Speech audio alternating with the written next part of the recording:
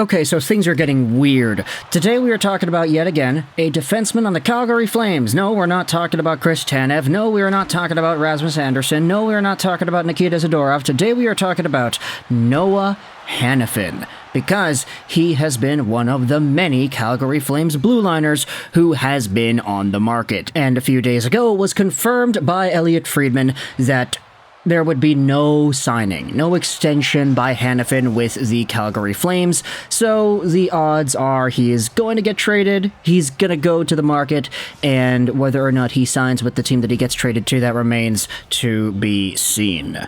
Now, this is the update. We have ourselves two podcasts that I wanted to talk about. The 32 Thoughts podcast from yesterday, February 19th, as well as what was said on the latest DFO Rundown show, also from February 19th. So 2 shows, 2 comments, and what I wanted to do was go over to some tweets that summarize everything. Starting out with the Elliotte Friedman 32 Thoughts conversation. Here's a thread posted by Ty, Leafs fan 1634. Very creative username there. New 32 Thoughts podcast news thread. If you scroll down in this series of tweets, you'll find the 9th tweet in the segment here. There are a number of teams around Noah Hanifin, and it's growing. Friedman said that the Leafs would love to get Hanifin, but he doesn't know if he would extend in Toronto. Friedman thinks American teams think they have a better chance at extending him, but that doesn't rule him out with the idea of signing with the Leafs. Then, you have yourselves a conversation from Jeff Merrick. He wonders if the Dallas Stars and Tampa Bay Lightning are in on Hanifin. Friedman says the Lightning are very limited on assets, like the Leafs. Both don't have a lot of assets they can or are willing to move. Friedman thinks, though, that the Bruins and the Florida Panthers have young players to move if they want to. So those are a few teams already tossed out there. The Toronto Maple Leafs want Hanifin, but we don't know if he'd be willing to sign there. The Dallas Stars and the Tampa Bay Lightning are also mentioned as potential suitors, not to mention the Bruins and the Florida Panthers. Well, to round everything out, let's go over to NHL Trade Alert on Twitter, because what they talked about was the Saravelli comments made on the DFO Rundown show. Here is what Saravelli has to say. He doesn't think that any Canadian teams are looking to trade for Hanifin due to his desire to play in the US. Saravelli mentions, though, that Tampa is the preferred Hanifin destination, but they may not have the assets, cap space, or if it's mutual. So, that idea by Frank directly contradicts what was said on 32 Thoughts. Friedman said the Leafs would really want to go after Hanifin, but there is some concern and doubt that Hanifin would be willing to sign. Therefore, there isn't really too much of a confirmation. Which is where Frank Saravelli's comment comes in, saying that because there is this idea, Hanifin doesn't want to play in Canada, maybe none of these teams would actually go for it. He also says here at the bottom, Frank says he has Detroit, New Jersey, the Islanders, Tampa, and Vegas as legit landing spots for Hanifin, so that may hamper Calgary's return. Now, what exactly does that mean? Some of these teams out here have more assets to shed than others. Others are just a little bit more strapped up. They have fewer prospects, fewer picks, so it may be a little bit difficult for Calgary to maximize their return. But of course, with all these teams potentially being tossed out there, the Devils, the Red Wings, the Islanders, it does make things very interesting. But in particular, we could talk about each of these organizations, starting out with what was said by Jeff Merrick. The Dallas Stars and the Tampa Bay Lightning are in interesting spots because both of them are losing out on defensemen. The Dallas Stars lost out on Nils Lundkvist earlier, as well as Joni Hakanpää. And while these names may not be seen as the most game-breaking, top-of-the-line defenseman on whatever teams, like Joni Hakanpää, for example, the guy is an absolute shot-blocking beast, and he has been such a strong defensive presence for the Stars. Nils Lundkvist, you could say, there's untapped potential there, so losing out on these bodies definitely makes it more difficult for a Dallas Stars team that has been competing for a playoff spot. Meanwhile, in Tampa Bay, you've got the Mikhail Sergachev injury that has hampered that lineup. You're seeing other guys being forced to play a little bit more. Nick Perbix is a guy that stands out to me as one of these underrated, more underutilized guys that's been sort of unraveling himself from that cocoon with more minutes that he's been able to play with.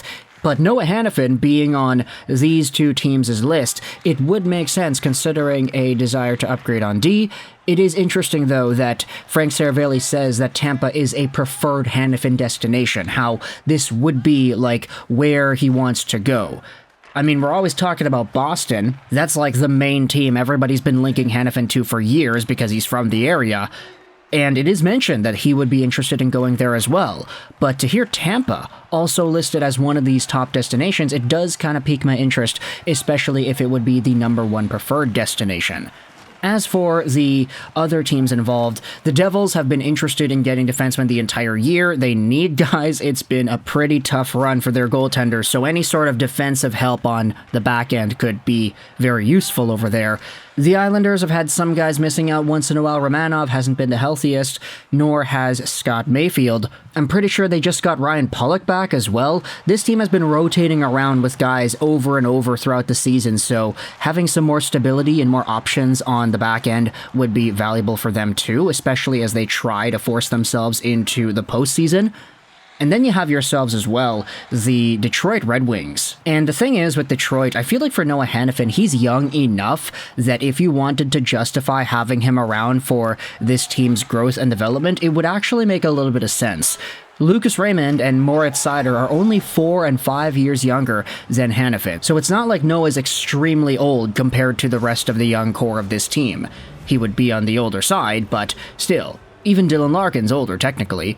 So depending on the assets, there could be some sort of a fit here, especially long-term. I'm thinking of a Moritz Seider and Noah Hanifin #1 pairing, and a Simon Edvinsson, Axel Sandin Pelican #2 pairing. That sounds really good to me. Like, as a top 4, that may be one of the best in the NHL if everybody pans out to their potentials. Like, you're talking about the growth, you're talking about the future. Noah Hanifin could be an anchor on this team. Not in a bad way, but like an absolute solidified force on that back end. So if Noah Hanifin finds himself in Detroit of all places, then that would be pretty interesting as well.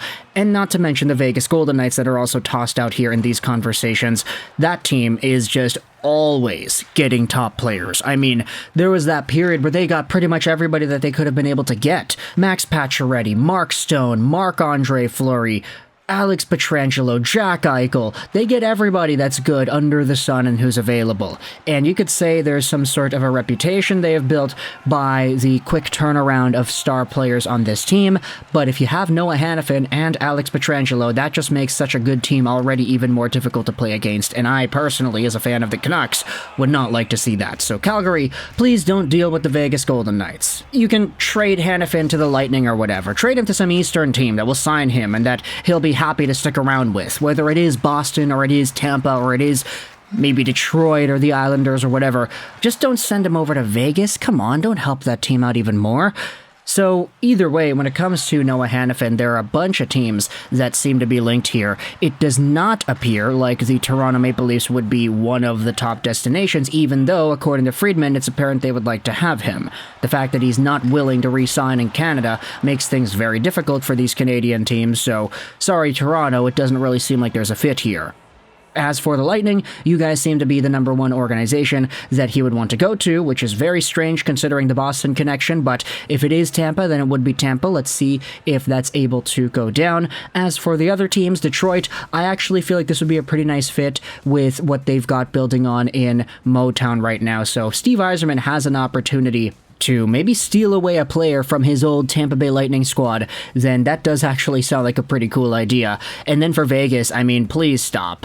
Please, this would not be cool, but if it does happen, which it's going to because good players always go to freaking Vegas of all places, then okay. We'll see how that impacts the rest of the Pacific Division. So, let me know your thoughts in the comment section below. If you are a fan of the Stars, the Lightning, the Bruins, the Panthers, we didn't even talk about the Panthers, my goodness, the Red Wings, the Islanders, the Devils, the Leafs, the Flames, the Vegas Golden Knights, what are your thoughts on the idea of a Noah Hanifin trade to your organization? If you're a Flames fan, what is it that you want the most in exchange for your prized defenseman? And if you're a fan of any of these other teams, what's the most you'd be willing to give? Let me know your thoughts in the comment section below. I hope you enjoyed this video. And bye.